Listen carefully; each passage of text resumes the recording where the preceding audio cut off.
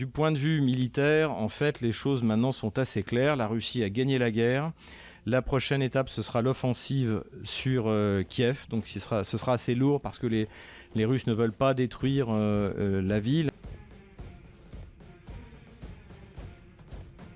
Ce qu'on observe à Kiev, ça ressemble de plus en plus à la chute. Pour ceux qui n'ont pas vu le film, je vous le recommande. A priori, d'après le député ukrainien d'opposition Ilya Kiva, en fait, il n'est même plus à Lvov et sans doute à l'ambassade des États-Unis.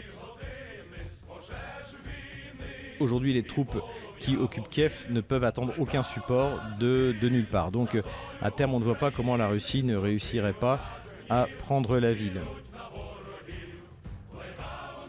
Donc c'est exceptionnel, cette opération est tout simplement exceptionnelle. Il ne restera sans doute rien de l'armée ukrainienne qui de toute manière de facto est déjà neutralisée. Un Mariupol qui est totalement encerclé. D'après les informations que j'ai, il y a entre 5 et 8 000 ukronazis qui occupent la ville et qui se sont essaimés partout. Donc la reconquête va être brutale, violente, mais normalement ça ne devrait pas tenir plus d'un ou deux jours.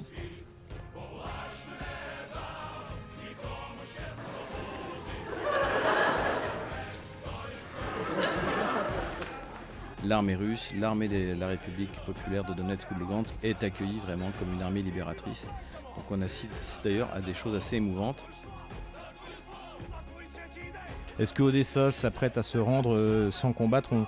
La question se pose. Ce qui est intéressant, et ça j'en suis certain parce que c'est une de mes connexions sur place qui me l'a dit, c'est-à-dire que les habitants commencent à aider les troupes russes en leur indiquant où se trouvent les ukronazis.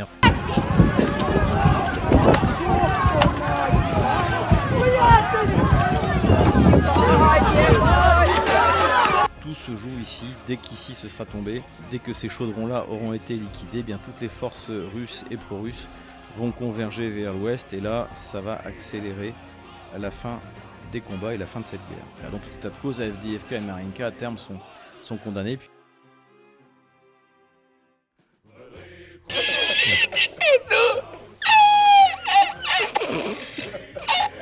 L'armée de l'air ukrainienne n'existe plus depuis longtemps. De toute manière, le ciel ukrainien est totalement russe. Il est dominé à la fois par les avions, par les missiles. L'Ukraine a besoin de chars, d'artillerie, d'avions. Donc il n'y aura pas d'avions, ça a été dit par la Pologne et par la Tchéquie et les autres pays. On a eu quelques déclarations totalement délirantes, notamment que les pays d'Europe de l'Est s'apprêtaient à livrer à l'Ukraine ce qui leur restait de MiG-29.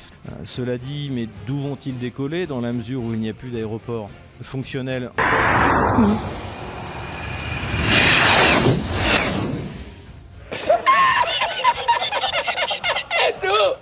Les drones Bayraktar, malgré les vidéos sans doute truquées qu'on voit circuler, n'ont servi absolument à rien, ne peuvent servir à rien contre une armée comme l'armée russe. Des Stinger qui sont destinés à abattre des avions mais qui n'en ont battu aucun.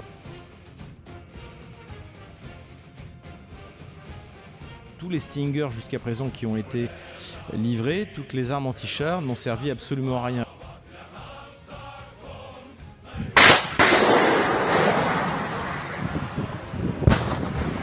Moi, ce que je pense, en tout cas, c'est que l'OTAN a renoncé à l'Ukraine. Toute aide qui viendra par l'Ukraine sera immédiatement repérée par les Russes et sera détruite.